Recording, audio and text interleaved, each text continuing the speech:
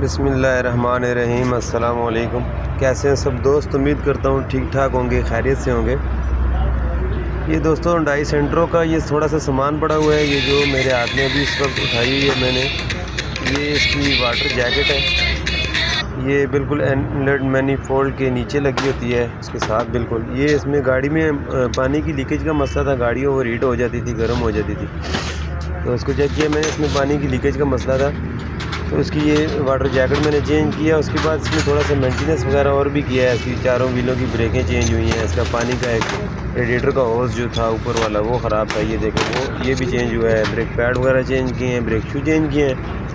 इसके दोनों पिछले ड्रमों को और फ्रंट के जो डिस्क सेंट्रो नहीं सामान है ना सारा, उनको भी फेसिंग करवा के टूल लगवाया, रेडिएटर कैप चेंज किया है। गाड़ी में ओवर हीट का मसला बिल्कुल हल हो गया है, और जो है इसकी ब्रेक सब कुछ मेंटेनेंस इसका वो भी साथ हो गया।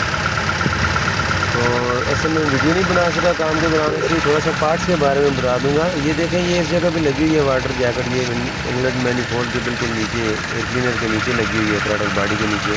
इसके अंदर एक टेम्परेचर सेंसर लगा होता है। ये लीक थी, इधर से पानी लीक हो जाता था गाड़ी, उसके बाद गर्म हो जाती थी। इसके अलावा रेडिएटर कैप इसका ख़राब था।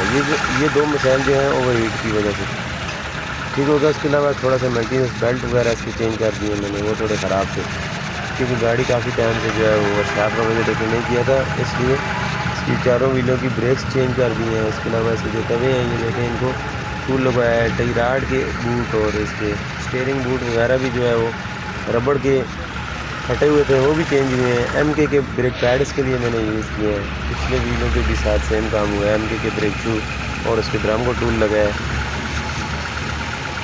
टोटल बिल गाड़ी का 14,000 रुपया बना है इसका। चारों व्हीलों की ब्रेक्स सारी अच्छी वाली डाल के वाटर जैकेट है। वीडियो पसंद आए तो लाइक भी कीजिएगा और कमेंट में बताइएगा ज़रूर वीडियो आपको कैसा